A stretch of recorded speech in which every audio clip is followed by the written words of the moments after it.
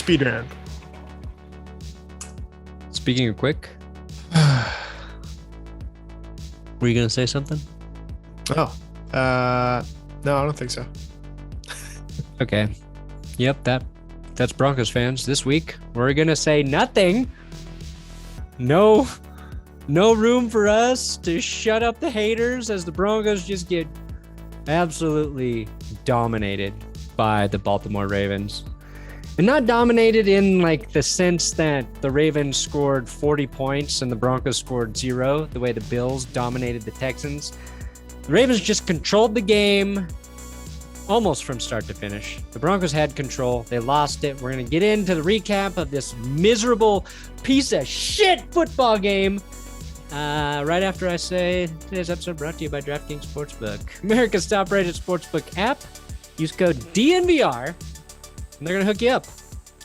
They're going to take care of you.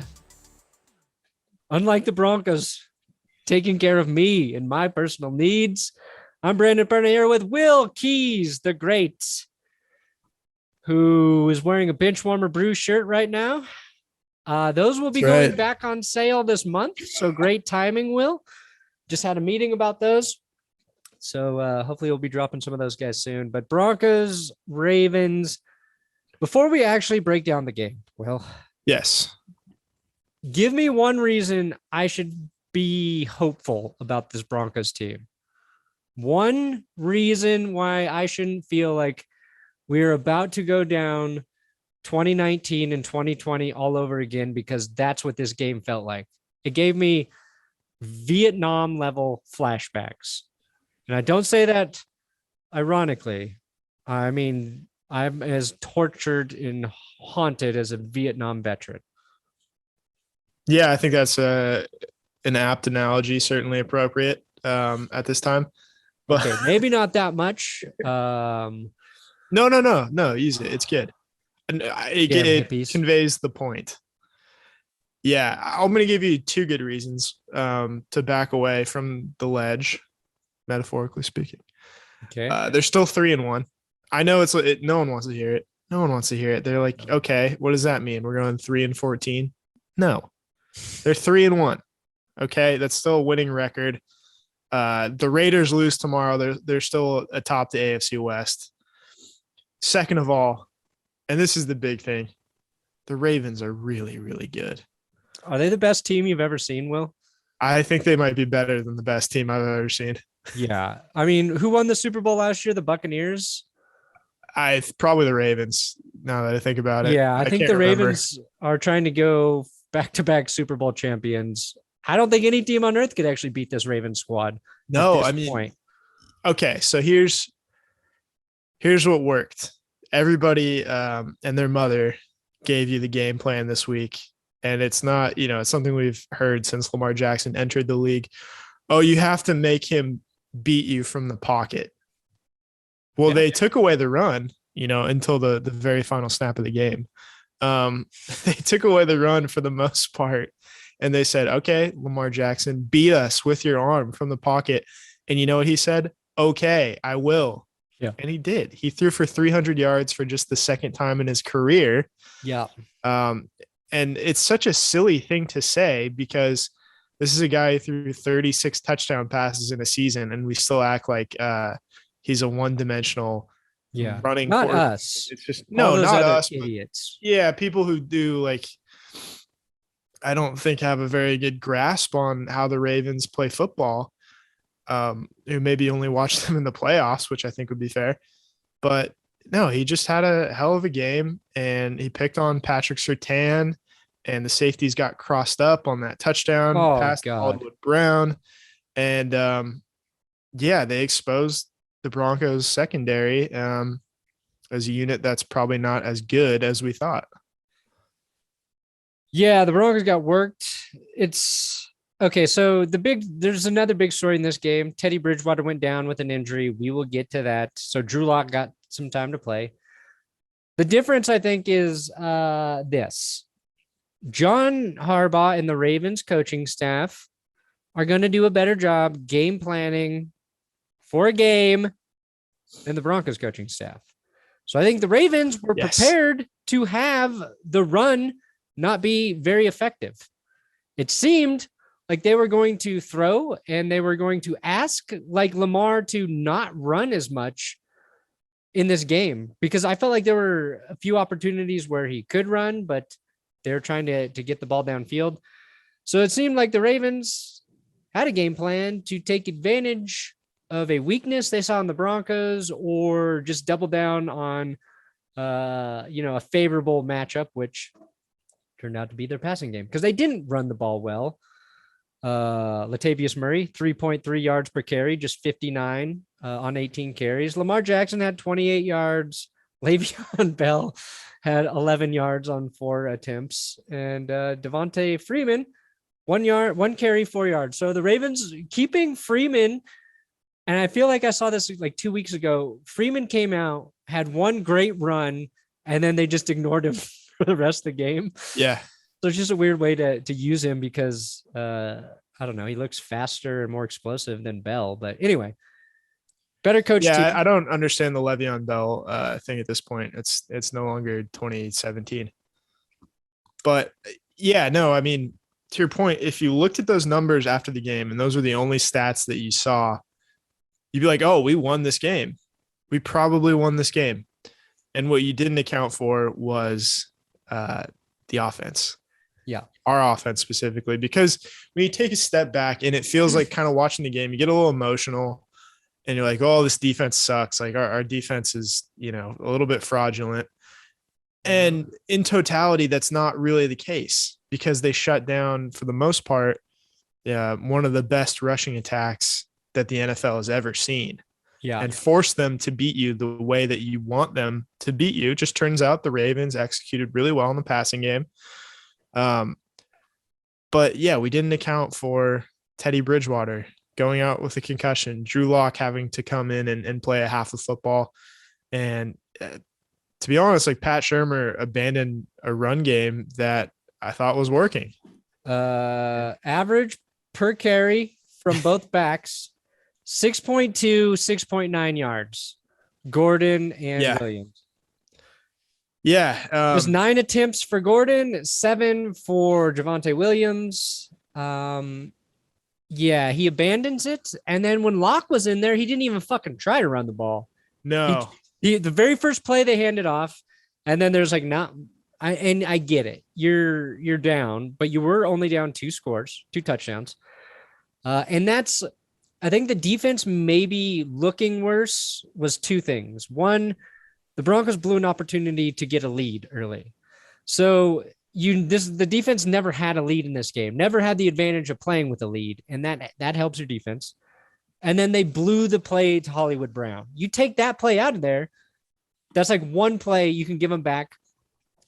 Not a horrible performance by them, because in addition to stopping the run, they allowed the 2 touchdowns. Let's just say, 2 touchdowns, the rest are field goals. They put the offense in a position to win the game. The offense they never could crawl back in. And we talked about this on the podcast, like this offense not being built to make up a big lead. That was proven correct. But also the defense gave them the time to chip away at a lead, which this offense should be able to do. Yeah. With Teddy Bridgewater. And I don't know if Teddy didn't get hurt, I don't think the Broncos win this game. I think it might have been a little bit closer, but they were struggling to move the ball with Teddy. Pressure was nonstop by the Ravens when he was in there. Teddy gets lit up in the fucking face. And you see, for the first time in the history of the game, the refs not throw a flag for a quarterback, except for Cam Newton, of course, when the Broncos did the same thing to him. But like, it was back-to-back plays too. Deontay Spencer got hit, I thought, a little late, where you could argue the defender saw that he didn't catch the ball and could have let up on the hit. So he leaves the game hurt. And then the next play, Teddy goes out with a concussion. And it just all went downhill after that. Totally. And it was so weird to see a game that started 7-0. And it just like it flipped, and it just felt like the Ravens had zapped all of the energy out of the stadium and out of the team as a whole. And from that point on, yeah, like the two hits, and yeah, you could have thrown a flag on either of them. Oh, yeah, the Broncos did score first. Yeah, they scored first. They're up, but they should have been up 14-0. That was the point. Yeah, yeah, and another point too is that KJ Hamler goes out and everybody is saying, okay, who's the guy that needs to step up? The tight ends. Noah Fant catches the touchdown. I thought he had an opportunity on the first drive that he did make a play. And then Albert O was the other guy who we really needed to step up. And he dropped a touchdown. And Brandon's leaving me. Must be something really, really important. Okay. I've got some notes I'm going to go over for everybody. I want to see that Javonte Williams 31-yard run on Angry Runs on Good Morning Football. Oh, and he's back. Sorry. Albert O dropped the touchdown pass. Albert O drops the touchdown pass. He was the guy who was going to pick up some of the slack for KJ Hamler.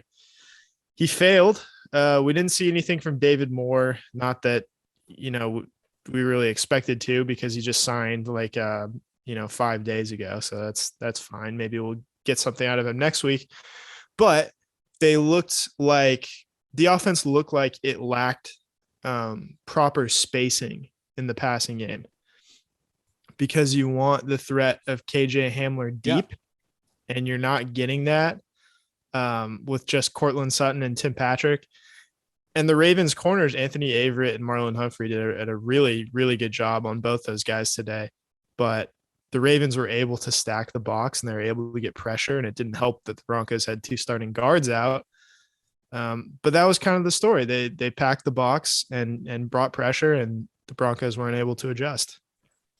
No. The Albert O drop touchdown killed them. It did kill them. When that happened in my head, I was like, this is just maybe a bad omen. I was like, this is a bad omen, because they came out hot. They were driving down the field. It just ended. It killed that momentum.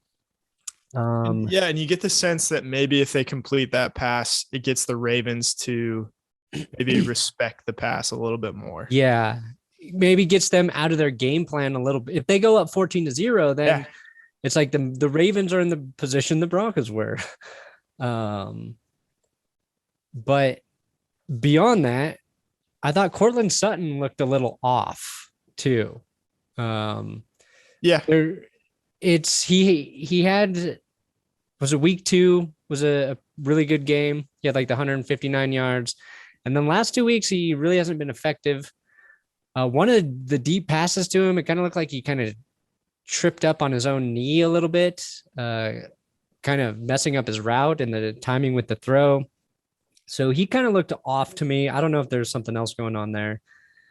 But you lose Teddy, and then you should feel okay about Drew Lock coming in, because just a month ago, we thought he would be starting this season, 5 weeks ago, whatever.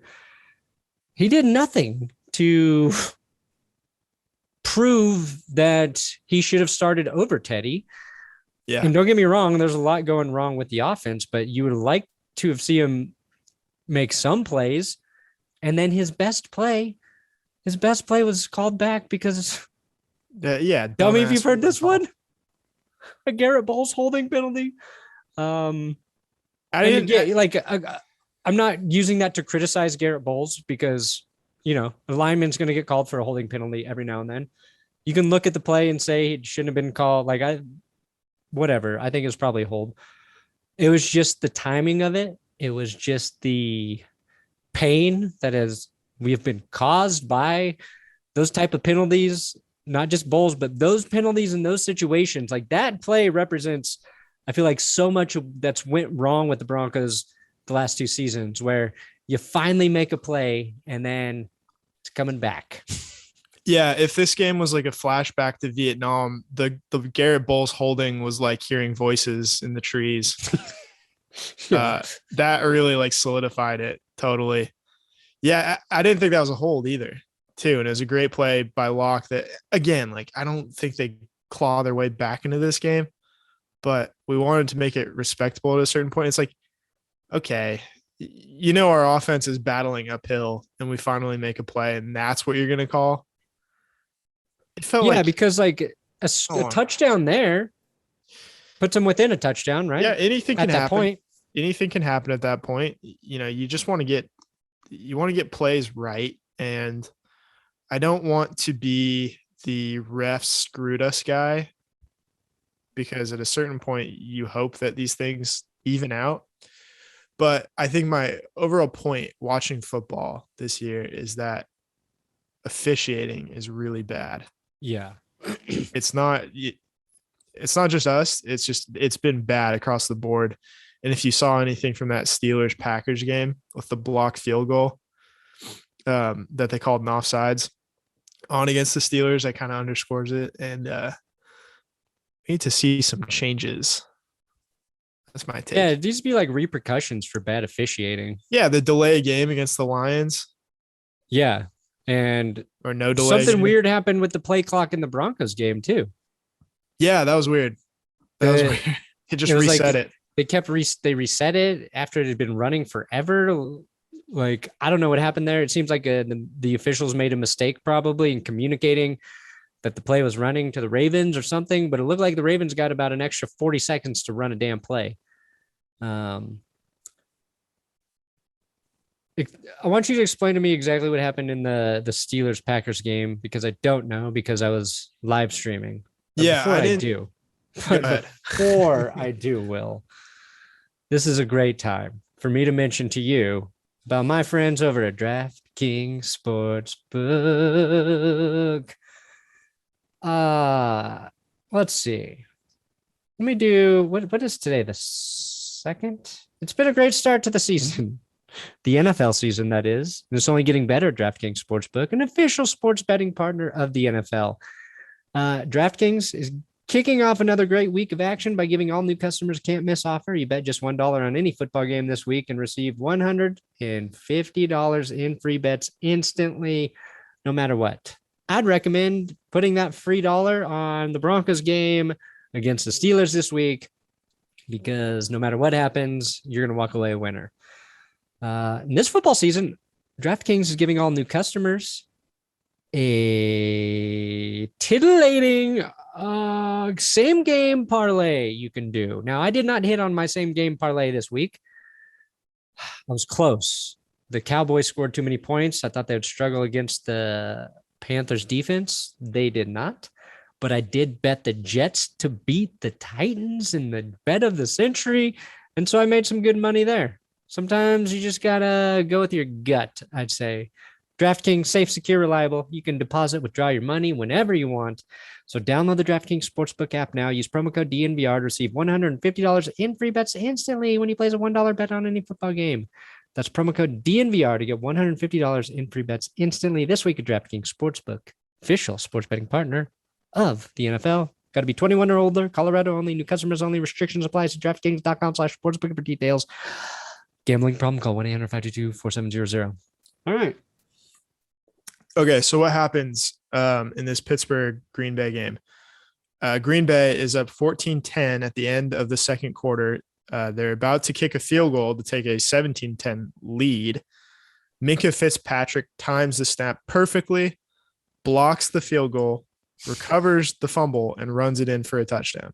Oh, wow. And there's a flag for offsides. And you look at it again, and he just timed it perfectly. Like, I think the same thing happened with Von Miller today in the Broncos game, is he just got such a perfect jump that the refs, get scared and throw a flag. And that's what happened to the Giants too, right? Well, people say. Oh, yeah. Yeah, possibly. Yeah. With the Dexter Lawrence one. I think that one was a little different because it looked like Dexter Lawrence tried to pull back a little bit after he made his initial move. I think the timing was probably solid, but he tried to pull back a little bit. But yeah, you can't do that. Like, the NFL should want plays like that to stand. You know what I mean? Right. Yeah, right. I mean, it's just A blocked field goal taken for a touchdown, like that's impressive. yeah, That's the and you type of can't shit people are going to look up to you, watch. you can't And even review it either. that's ridiculous. It's a You can't scoring review play it. though, but you can't review it. But they're not reviewing the score. Oh They're my reviewing God. the Dude, because I'm offsides. working on that Lions video and it was the same thing that well, it was I guess like it was Justin Forsett was down on this play that he took Oh, for a I remember touchdown, this. Yeah, yeah. and Against the they Texans? tried to challenge it, but you weren't allowed to challenge it because it was a scoring play. And then at the time, if you tried to challenge a scoring play, they wouldn't even review the play. Yeah. That was part of the penalty. It's like, we're not even going to review it because you tried to challenge it. So this seems like one of those things where, like, if it's a blocked field goal that results for a touchdown, but did they blow the play bet dead? It's hard to tell because I'm watching it with the sound off, but Right. I I mean, if don't the I play think is they not just blown like dead and it goes for the score, that's why you let it go for the score so you can review the play. yeah, they've done a better job at that, but But yeah, I guess you can't it's not review the enough. penalty, right? That's why it's a weird situation where I think if it's a scoring play, the penalty should also be reviewed if especially if it's a subjective call like that. Um, anyway, It's dumb. I got a question for you if we want to make this quick, but I thought we would talk about it at the end is your thoughts on Jim Harbaugh calling a run play on the very last play of the game to extend their 100-yard rushing streak. fucking love it. Hate it as Really? a Broncos fan, but like if that's my coach, that's the kind of guy I want to play for. You know what I mean? Drew Lock threw a pick right there at the end, right? To give the ball back. Is that what Yeah. happened? I was eating chili and hanging with my baby, so I missed exactly what happened there. That's a coach that's just aware of everything that's going on. It's like, oh, we got 3 yards to keep the streak going, and we can do it right now. Let's do it. Yeah, but it's not really organic if Who you do cares? it on a kneel down, Yeah, right? okay. Dude, to go past the Steelers, isn't that who they passed for the record? Yeah, that's true. That's a division rival. Like if the Broncos needed 3 yards to pass the Chiefs for some arbitrary record nobody will give a shit about, let's do it every time. Let's do it. Okay, I guess my point is I didn't really have like a huge problem with it because at that point it's like, all right, I guess, if we can't stop them here, then fine. It gives the Broncos a chance to get the ball back, whatever. It doesn't matter at that point. Right. If you're upset that Greg Schiano sent his guys like rushing hard against Eli Manning at the end of that one game during the kneel down, trying to win the game in a 1-score game, then you should be upset about Jim Harbaugh running the ball on a meaningless kneel down at the end of the game. Stay consistent with your Be complaints. consistent. Be That's consistent. what you're saying. Yeah. I also respect that. Teddy's got a concussion, so his game status this week will be up in the air. Yeah, the earliest he can practice is Friday. So I would expect, and you kind of saw it too, like the changing of the gloves thing was kind of weird. Yeah. Because it looked like he was hurt. He kept like moving his fingers around and they were showing it on CBS, like zooming in on his hands. And so it looked like he maybe got, I don't know, like hit and like lost some feeling maybe in his hands that he was trying to get back. So that was kind of scary, but so maybe he actually the hit that gave him the concussion could happen a little bit earlier. yeah, that's kind of what I felt like. Could be. And then he got smashed in the face twice. And then the concussion symptoms were evident. That's exactly what happened to me in my last football game ever. Ooh. I was hit in the third quarter, flung to the ground, head hits it, stand up feeling dizzy. But I still played. Like I didn't think anything of it. And then I got hit again and then I blacked out. I don't remember shit after that. But so like that scenario can happen, and I know it from experience. Back in ninth grade football. That's when you and I both capped out our football careers, ninth grade. Yeah. That was year 7 of tackle football. I'd had enough. We'll talk about the Steelers later. I guess like that's a game they have to win because I don't think the Steelers are particularly good, but they're going to get another good defense. And I just don't trust this offense to be able to score points. And that's a mix of it not really being the identity of the offense, of injuries are really starting to pile up, especially in the ball catching department. Might have been a good week to have Trinity Benson on the roster. Depends on what that draft pick will turn into at some point. Maybe another Caden Stearns. Who knows? He looked great. Wait, Caden Stearns or Justin Strnad? Caden Stearns. Yeah, definitely Caden Stearns. I can't tell them apart. Was Kareem Jackson who gave up the big touchdown to? Yeah, well, it's Hollywood? Like it almost looked like Simmons and Jackson both screwed up. Yeah, it was. Somebody should have covered Hollywood there, but yeah, it was over Kareem Jackson's head. Like, I guess it's just a matter of responsibility, right? Like, are they playing halves of the field, and you have to be able to switch the guy off there, or is it? I'm gonna say probably Jackson. Yeah. Sorry. I didn't know if it was Jackson in the game or Stearns in the game at that point. I just couldn't see it when I was doing the live stream. Yeah, no, Caden Stearns would never let that happen. I mean, yeah, if we're looking for positives, we'll end on a positive note. You look great. Caden Stearns, okay. No other positives today. Shelby Harris batted down a pass, as did McTelvin Agim. He had a bat. Kyle Fuller and John Harbaugh exchanged some words on the sideline. Don't know what was said there, but probably stop hitting our players in the head. Maybe. Let me see here. Yeah, Javonte Williams, he will be a contender for the angry run of the week on Good Morning Football. I guarantee that. Him and Taysom for sure. Taysom was his touchdown run beastly. Oh, he shook or he didn't shake him. He powered through 7 guys. It's one of those runs you have to see Chris Berman call because it's going to be. Ooh. Yeah. Going to be some good contenders. Yeah, and Mark Andrews was a problem, just as we thought he might be. Mark Andrews was a problem. He is a problem. He remains to be a problem. He's very good at tight end. Our tight ends need to be something like that. They're not a problem right now. No. Except that, they're a little bit of a problem for the Broncos. Yeah. Oh, Drew Lock, if he plays against the Steelers, that's the team that injured him last year. Yes. I mean, wow. Yeah, we'll give him we'll give him a week to get reps and prepare to start, right? Yeah. And see if something different happens. And like I said, he made one very good play. It was just called back. He was rolling, he broke a sack attempt, and then he threw a great pass for first down on 3rd and 13. Had all the makings of a clutch play, and it just didn't work out. Sure didn't. Shout out to Kendall Hinton, though.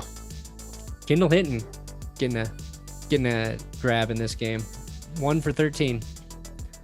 Yeah, and almost holding, he did catch that 22-yard pass that got called back. So that was that on the sideline. Yeah, that was a great catch. Looks like a contributor. All right, well, we'll see you guys Wednesday when we pick all the games. Update you on some Broncos news, and then have a prediction on Saturday. We predicted a win. We were wrong. Very wrong. Good night. John Elway tore his ACL, never played football in the professional manner with 2 functioning ACLs.